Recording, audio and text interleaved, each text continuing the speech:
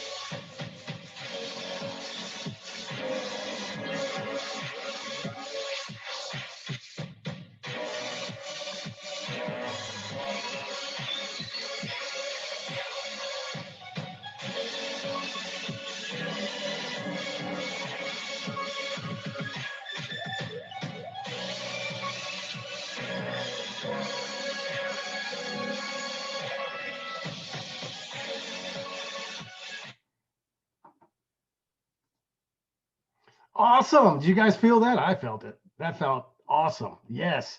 Let's see. Tuhan, are you on here, sir? Let me look for you. Here you are. Yes, sir. We'll get you to unmute there, and we'll add the spotlight there. How are you, sir? I'm good, brother. How are you? Good, good. Tell us a little bit about what we just saw in that video. Well, we actually are having this year's event right now, this weekend.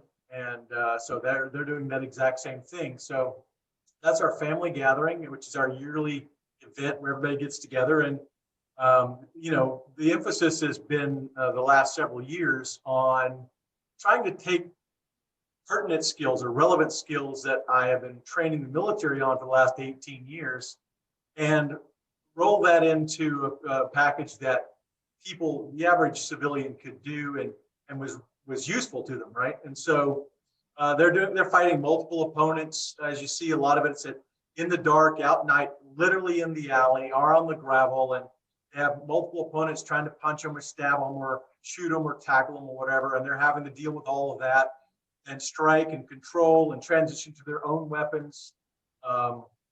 So we break all that stuff down. We do the training for it during the day in the classroom format, and then we get together in the evening. We put it into scenarios because that's where you get to find out, if they can really do it. And so that's just a video clip from a couple of years ago.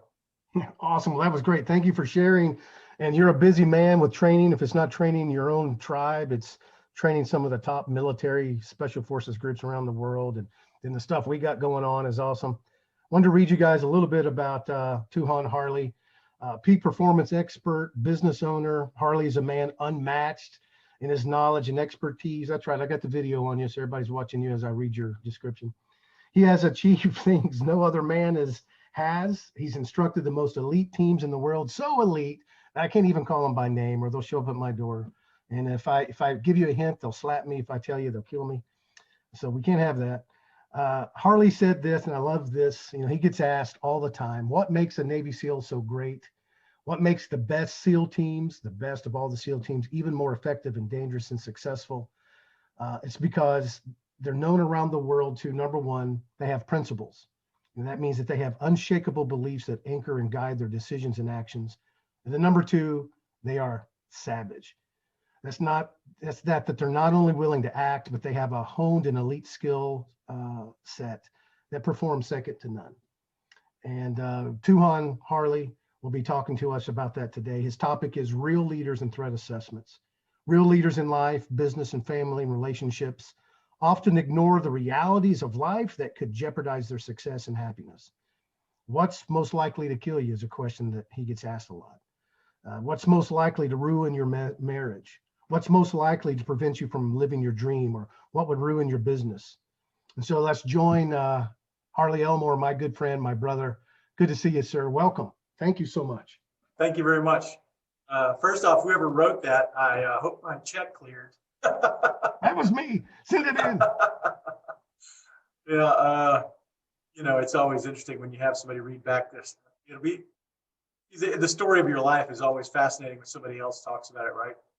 Like most of you guys, I'm too busy with my head down and my nose to the grindstone, making things work to stop and really kind of evaluate, what you've done in your life. But yeah, you're exactly right. When I get a chance to look and discuss with people, about threat assessments, whether it's a new martial arts student or it's a military team, the very first thing we need to do is just get an accurate threat assessment.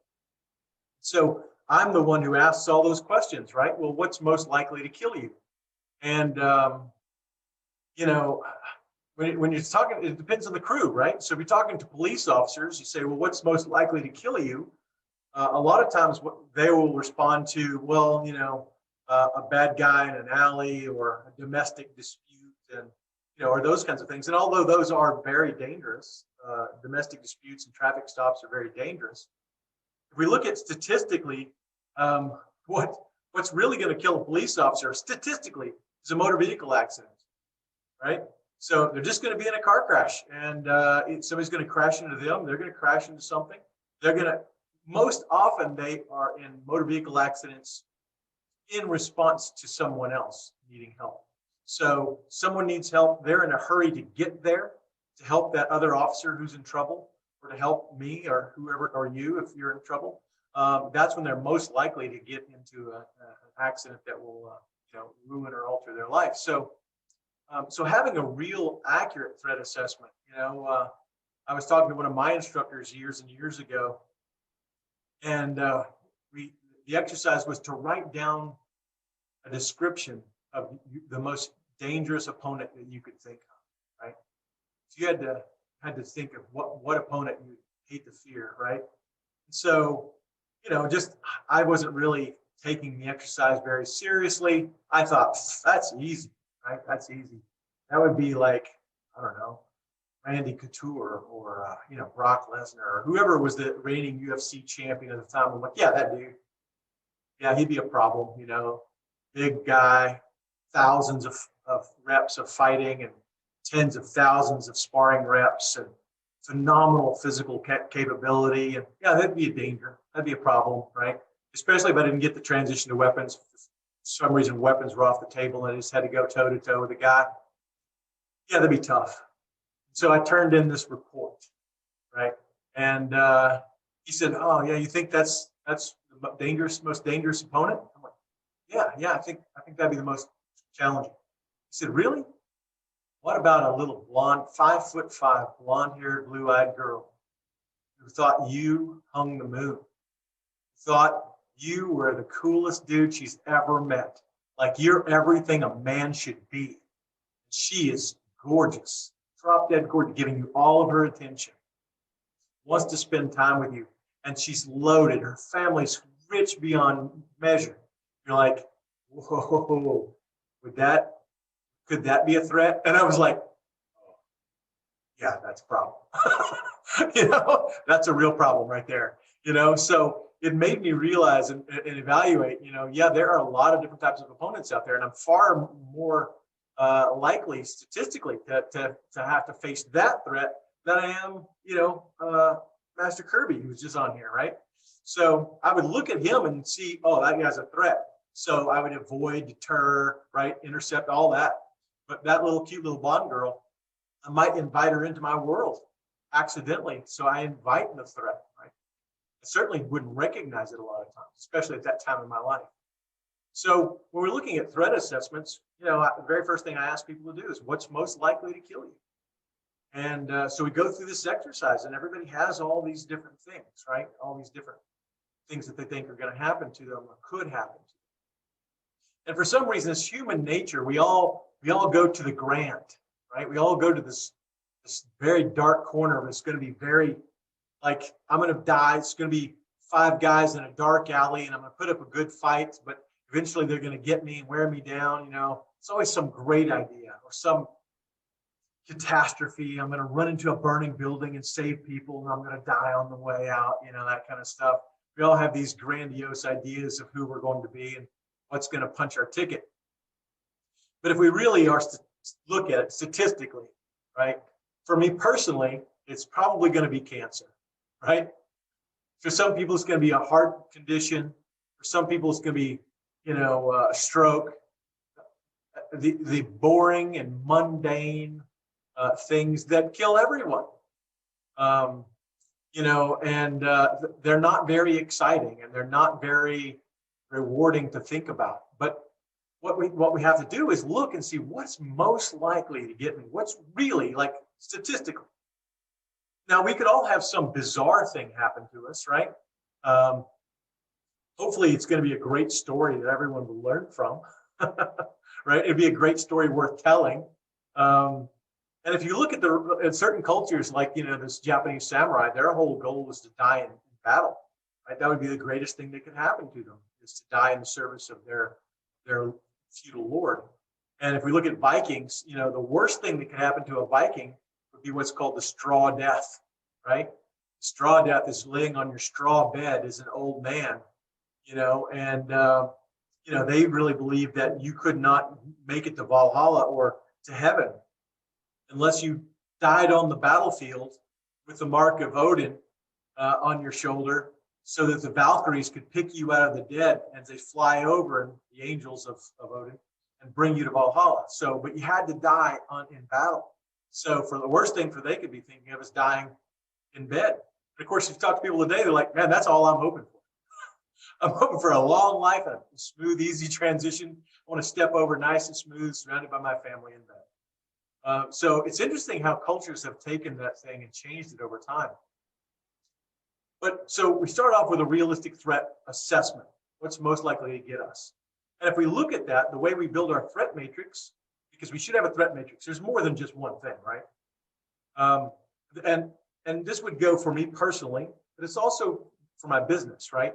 the idea of any entity, the primary goal of any entity, whether it's a family, your family name, your business, your organization, the primary goal of all of those entities is immortality, right? So you want your business to last beyond you. You want your family name to be carried on beyond you.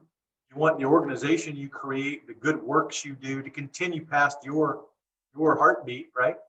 So we're all striving for some form of immortality in the effort to make the world a better place. And so if we look at that, we go, okay, well, to do that, we've got to survive. And how do we keep the business alive? How do I keep my organization alive? And the good works, how do I keep my good works alive? So to build our threat matrix, we start with that, and then we go, okay, we have two different windows, two different spectrums, right? You have what's most likely to occur, and then what's the worst case scenario? And generally, those are completely opposite ends of the spectrum, right? So what's worst case scenario? Well, just by the way, we all share the same worst case scenario, by the way. And we all just recently faced it with the whole COVID-19 threat, right? The whole world was facing the same threat. We also faced the worst case scenario of an asteroid from outer space hitting the planet and killing all life on the planet, right? We all agree that's a worst case scenario. That's pretty bad. There's nothing I can do about it. It's beyond your control. So it goes way over here on the right of worst case scenario, also things that are beyond my control. So I don't really have to worry about it because there's nothing I can do about it. Does that make sense? So the things that are beyond our control, that are worst case scenarios and nightmare events, which is where everybody goes to, just like we all like to think we're going to have this grand ending to our story. We all, when we're thinking about threats, we always think of these really worst case scenarios, right? So if we look at violent crime, people go, oh man, I would hate to wake up at night, some guy holding a knife to my throat in my bed. Where did you come up with that? Like that never happens, right? You're far more likely to have a guy pull a knife on you in a parking lot and try and get a couple of bucks so he can go get a crack fix, right? That's statistically over here, that's pretty common. But a guy waking you up in the middle of the night with your knife, are you dealing with international assassins, right? Who's doing that to you, man? So since you're not probably an international operator, you don't have to worry about that. And if they did, that's not the level, that's very basic stuff. International assassins, they use unattributable kills, right? So that no one can tell you why that guy died or how that guy died or who killed him. In fact, if they do it right, they blame it on the wrong country, right? That guy died, they blame it on that country, and you're clear. That's the way pros do it. They don't wake you up with a knife to your throat. That's a pretty obvious thing. So we have to go back to what's most likely and then build from there a threat matrix. And build it out to as great as you want as an exercise, but really boil it down to what's most likely. Start there. What's most likely to hurt me? A fender bender, tripping on the steps while I'm carrying too many things to my wife's car to help her load up. Those are the things that are really simple, right? We look at children. Children are, because it's a very emotional thing, we are always way over the top when it comes to our children. So when I say, hey, how do you protect your child? What are you protecting your child from? Well, they all go, well, I never let them go to the park by themselves. And if they go to the park, I'm right there. I watch them like a nighthawk. I don't let anybody get close to them and all that stuff. But somebody snatching your kid out of a park and holding them for ransom is very unlikely. Now, maybe in this group, because the more financially viable you are, the more likely that is to occur. But realistically, what's the biggest threat to your kid? A family member, right? Somebody during a Christmas holiday or a family gathering or something like that, a family event where some Uncle Joe or cousin John does something that's inappropriate with your child, and they were only gone for 15 minutes and nobody even noticed. Statistically, that's far more likely than some pedophile at a park grabbing your kid. So, but we don't want to look at that. We want to picture this great idea and not really be aware of what the threats really are, right? So your child is far more likely to fall into a swimming pool, the child is far more likely to choke on something while they're eating a snack and they're unattended or you're not quite paying attention, right? Your kid is far more likely to be injured in a fall because they don't quite have depth perception skills yet. They haven't quite mastered this whole arm and leg balance thing. Those are the things statistically, when we look at the threat of our children, most likely, most probable, all the way to worst extreme, but least probable. So we're constantly weighing those things. Most possible, least probable. And so what we have to really do is we have to look and see what the real assessment is. What do we really like to face? And it's like businesses are the same thing. If we take a look at businesses, so we've gone personal threat assessment, child or family threat assessment. Now we look at our businesses. What's most likely to cost us money in our business, right? Well, it's a very easy answer. If you walk into any department store, any grocery store, any place like that where they have security cameras, where are all the security cameras pointed? They're all pointed at the cash registers, right? Because the employees are the most likely to steal from them, right? That's statistically the truth. It's not sure, shoplifters occur, even armed robberies occur, but what gets you most often is an internal threat, right? So you can go, we're going to have all these security cameras and lights and alarm systems and all that stuff, and that way if some bad guy comes in with a gun, this is our plan. That's good to have. It's a good exercise to go through. But what's more likely is some kids stealing from you, skimming money from his till, sneaking product out, selling it out the back gate, throwing it over a fence where his buddies catch it and throw it in the back of their truck and drive off.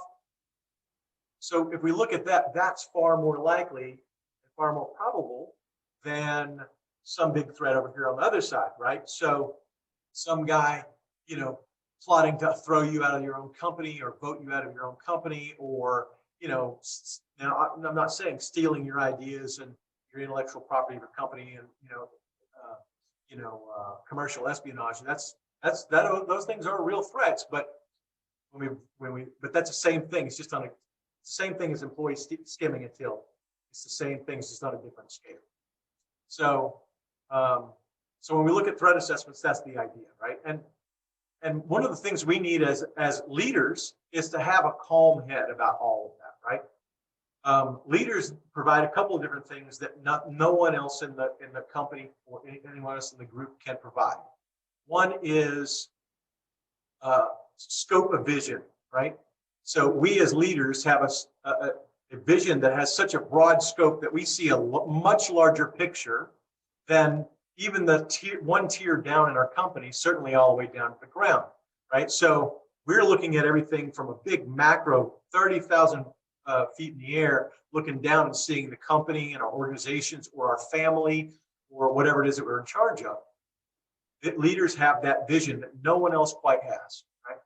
And part of trust in leadership is trust in that leader's vision of that and their scope and capability of that vision, right? Where the company's going, where the organization's going, or where our family's going, right? They also provide the ethos in which that's going to be done. The qualities of leadership. How are we going to conduct business, right? Are we going to be ruthless and cutthroat, right? Are we going to buy small companies and chop them off and sell them for parts? Are we going to retain some of the key employees? Are we going to be headhunters and steal talent from other? In other words, how are we going to conduct business? That's one of the qualities of leadership, and only they get to set that, right? Now, if you don't, as a leader, if you don't set that, your crew certainly will, right? They will find a way. And then the third thing is we provide things that no one else has in the form of resources and knowledge and access, right? So, in my organization, it's pretty simple.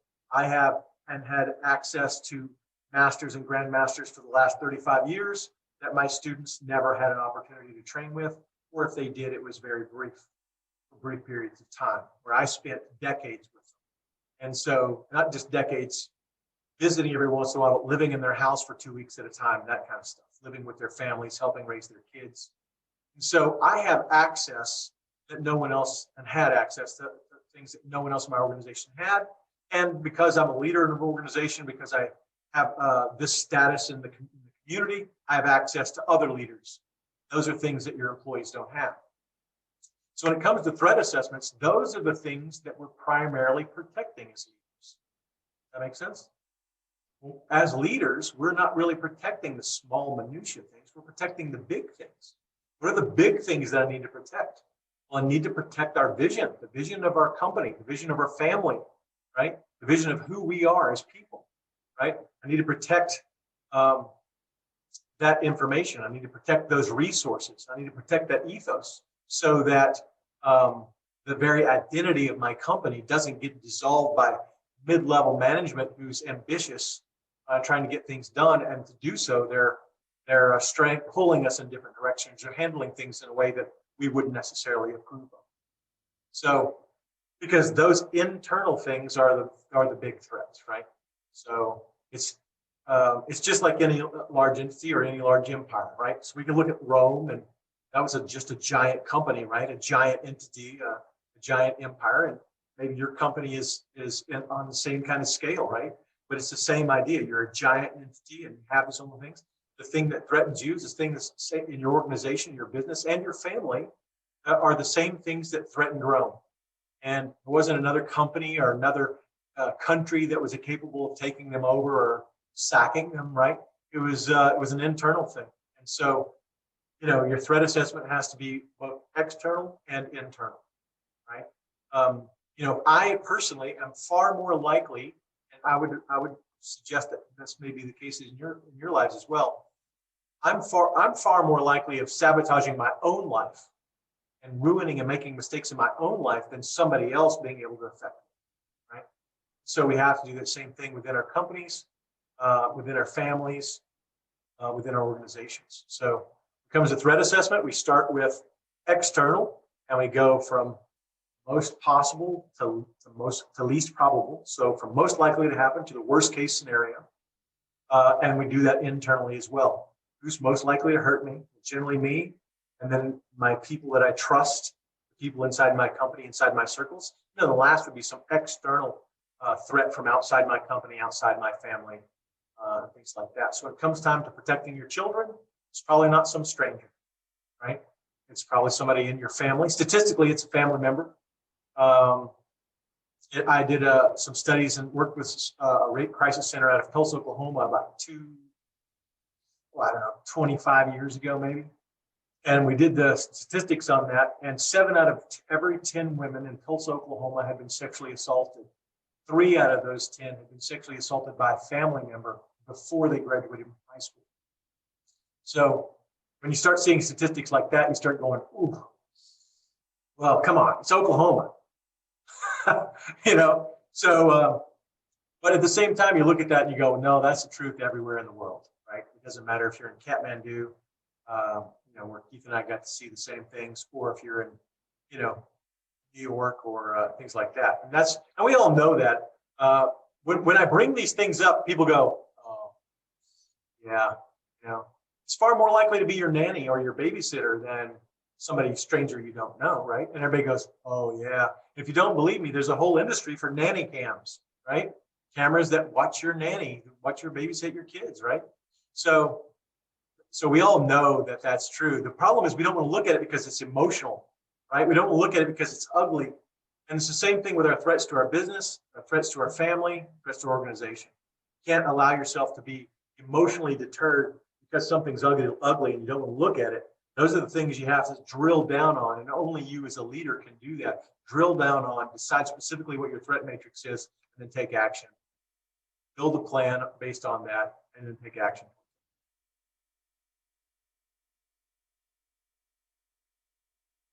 All right, can you hear me? Yes, sir. Well said, brother. So guys, this is all active participation. Let me ask you, any questions for Harley about the idea of threat assessments? While they're typing, Harley, I really liked what you said about how we are far more likely to sabotage our own lives than anyone else. Oh, yeah. As a coach and a counselor and a therapist and a psychologist, and just as a friend, and brother, I mean, I can't tell you how many times, you've probably experienced this too, how many times my counsel, my coaching is about, the psychology of leadership, which means someone staying in the mindset of success. That's the number one thing I do with people, no matter who they are, how successful they are, what they've achieved. It's getting them to a place where they're taking care of their own threat of themselves. I'm just curious, when you're coaching guys, whether it's, the top military teams, how is it that you approach that? Is it through an idea of constant training? What's the mindset and some of the ways that you used to help people see that threat and deal with it? Right. Well, with us in our organization, what we build it around two different protocols, right? So you have your primary security protocol, what we call our PSP, our primary security protocol. And those are the things that I use to protect myself against myself, self-threats, right? And if we look at those boil down to some pretty simplistic things. There are 5, right? Money, power, relationships, health, and faith, right? So those are the 5 things. And when I fail on money, power, relationships, health, and faith, I'm most likely to sabotage myself, right? And people go, how does health have anything to do with it? Well, if you let yourself down at health, you die at 48 of a heart attack, right? Because you didn't think it was important. And trust me, there are people out there who need you to be around longer than that, right? So it has to be a thing. If you look at money, sabotaging ourselves. If I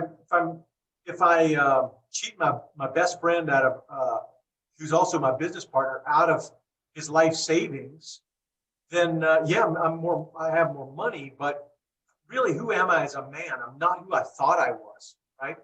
The guy that I wanted to be is no longer exists. Now this guy exists. He's not somebody I want to be. If I cheat on my wife, the most sacred pact that we have, right? That we stand in front of God and pronounce in front of everyone that this is the person most important to me and part of me. And then you go cheat on them, and who you are ceases to be. That idea of who you were is gone. And so, people get very emotional over those things. Those are the things they get most emotional over is relationships, money, power, of course, which is the ability to influence others and make things happen. And there's a lot of different mechanisms of power. People generally go, well, isn't power money? Well, money is a form of power, but so is physical violence. Right? So it goes from everything from money to physical violence. There's a lot of different ways to do it. So those are the things that we really focus on. And then we have our secondary security protocols, our SSP. Secondary security protocols are how we protect ourselves from the threats outside of ourselves and outside of our family. That's something like having training, having education, locks on your door, alarm systems. How do I protect myself from a real bad guy in a street, not in a boxing ring, not on a grappling mat, but real dudes armed with real weapons, generally more than one, coming at you and wanting to take everything you own and everything you ever will own. So, like literally, you could be looking at the last 30 seconds of your life to do this wrong. And wow, that's sobering. Yeah, those are the consequences, right? Those are the consequences, right? The consequences is that your wife and kids watch you die in a pool of your own blood beside your car. So those are things that you can't afford to get wrong, right? So those are what we do. And now primary security protocols are very hard to inflict on yourself, right? It's very hard to hold yourself to those standards and for you to be completely honest with yourself and self-aware enough. And that's why you need a tribe, right? Mm. A tribe is absolutely critical to be able to help you go, hey man, is that what you were thinking? What were you thinking when you said this? Because I don't think that's really where you wanted to go. That's not the direction of who you want to be, right? So they help us go too far and prevent us from going too far to the right or to the left, right? And so everything's a push and a pull. You're either pushed to the left by things that you're afraid of, or so you leave your principles behind to go to the left because you're afraid of this particular confrontation or outcome, or you're pulled to the right by things you desire, right? Things you want and seek after, right? And so the things that keeps you from just burning right through those principles in the desire or the fear is having a tribe helping you stay on track, keeping you from going. It's not a straight line, because we all know no one can walk the straight and narrow, right? It can't be done, right? Only one guy's ever done it. He's We're still waiting for him to come back and show us how to do it. But everyone else, we're kind of bouncing back and forth between the left bumper and the right bumper of the bowling lane, right? And as long as we don't bump over in that lane and get into some trouble, either because we're too afraid or because we have too much desire, we can really stay on our path of principles and still be who we want to be and who we need to be for our families, our businesses. Well said. Thank you, sir. I've got a couple of questions for you if you still have a little bit of time. I've got a couple here. Number one, Greg said tribe is critical. So agree, Greg. Ron asked a question. I think as humans, we are built organically to assess threats. As we have industrialized information overload, it feels like we have lost this innate skill. He asked, what's the first thing I should do to reconnect to this ability? Yeah. You're right. I think we've industrialized is a great idea and a great concept. I tend to think of it as outsourcing, right? We've outsourced that, right? So when was the last time you had to do violence for your own behalf, right? So for me, it was this morning because we've been training all day, but we've outsourced that. We've now hired other people to do our violence for us. So we hire cops to inflict punishment on bad guys. We hire military guys to go do our violence for us to keep us safe. So I think that first and foremost, you're already on the right track, is just deciding that you want to own that. Like, that should be part of my persona. That should be who I am, right? I'm a headhunter. That's what I do, right? It's my job to protect my family. And the way I do that is by being mindful of those threats. And, do something as simple as sit down and write out your own threat matrix. What do you think that looks like? And for some people, it's going to be completely different, right? So if I'm just going to go to my business, which is I literally live 1 mile from here, from my business, then that's a pretty easy thing. I just drive down there and teach and drive back. So I'll put on a blade, I'll put on a gun, and I'll put on a little med kit. And I drive to the mile, take it all off, I work, I put it all back on, I drive the mile home. But if it's a birthday party at my house, the threat assessment goes way up. I might put on 2 or 3 guns and some body armor for a family gathering. So it really depends on each particular person and what they're going through, what their life is. And I think that the first place to start is build an honest threat assessment, because that'll also expand your self-awareness, the awareness of what your family does. My threat assessment goes up when I'm around certain friends and goes down when I'm around others. Well said. Thank you, sir. Colin asked how to defend against those internal closest threats without being a helicopter parent or paranoid about minutia. Don't sweat the small stuff. That's a great point, right? And of course, nobody wants to be a helicopter parent, right? We all want our kids to fall and stumble and scuff their knees and things like that, because, man, those are critical life lessons that you need to learn as early as possible, as preferably while you're still young and rubbery, right? Because if you have to learn those things when you're older, those are tough lessons to overcome physically. So how do we do that? Well, one of the things that we do is we teach people to build protocols. And a protocol is, you build a protocol so it's the same every single time. And we build protocols when things are very dangerous and very important, right? And so by building those protocols, you say, okay, no one can be in the back bedrooms of the house during family gathering. During this thing, no one can be in there. All the kids have to be together in the yard. No kids go in the back of the house, or things like that. Or kids always have to go.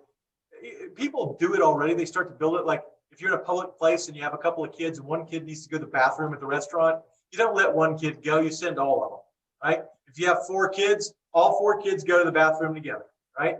And you see women do it, right? No woman goes to the bathroom by herself. Every woman at the table gets up and goes, right? That's a protocol that they've kind of just become self-aware of as a society and implemented that. So I would do the same thing. I would build protocols around my children and around the activities in which we're going to work, and say, okay, well, these are the things that we do. I teach them to my children. They don't need to know the hows or whys or wherefores, because you don't want to steal any of their innocence, right? You just make it important to them and make them want to make you happy and to do the right thing. And we certainly don't want to scare children. That's the opposite of what we want to do. We want to make them feel safe and loved.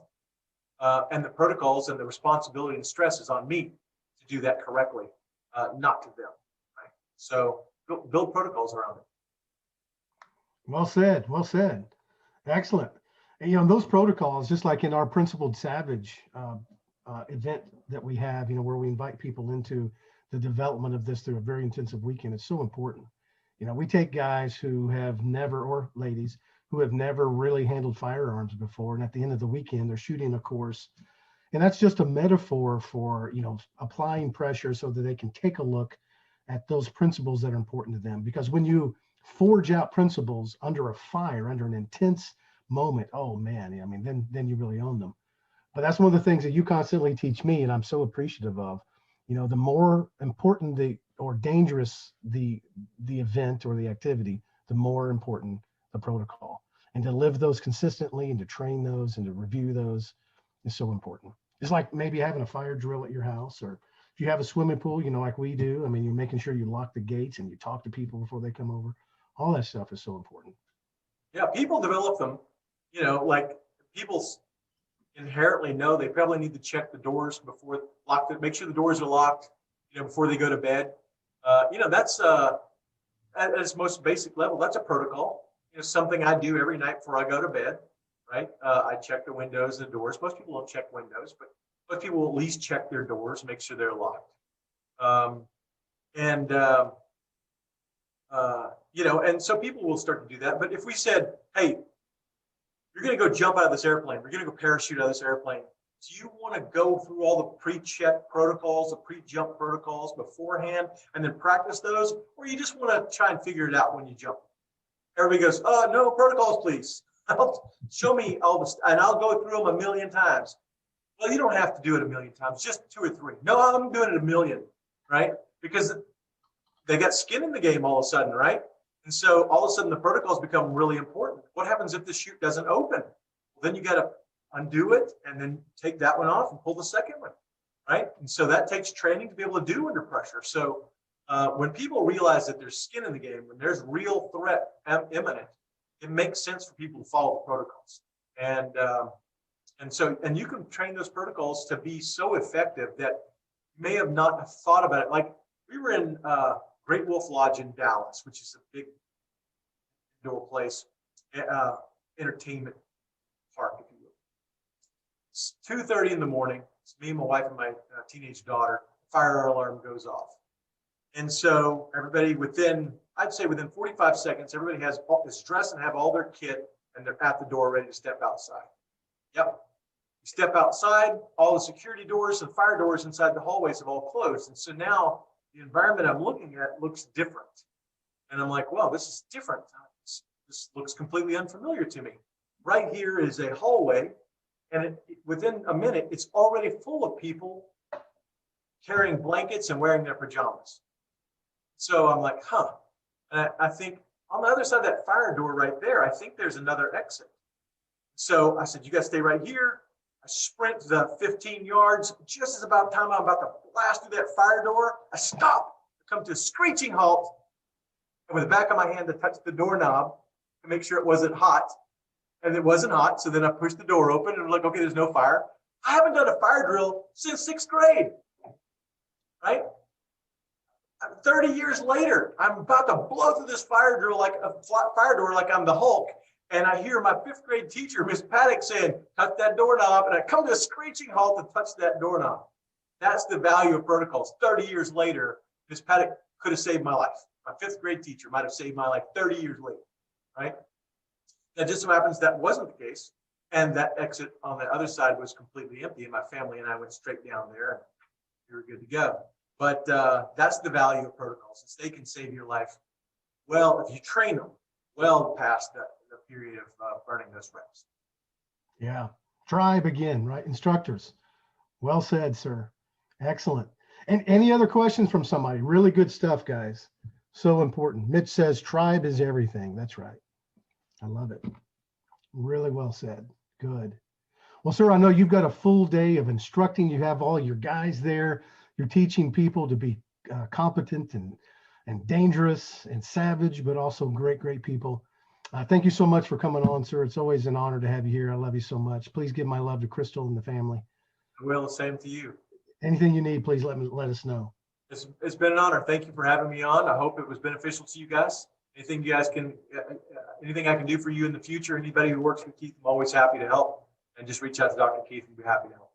Thank you so much. Let's hear it for Tuhan Harley. Woo! Yes. Awesome, guys. Awesome. So, guys, anytime you want to get a hold of him to see his training, he has a whole line of videos and things you can look up on YouTube. Great instruction. He makes his own knives that he makes for all the military special forces guys. You can just simply look at harleylmore.com. I think I spelled that right. Yep. And you can check him out there. Like I said, he is a tactical director for some of our great programs, including the Operation Rescue Children and then Principled Savage. And it's one of the smartest guys that I've ever met, and just a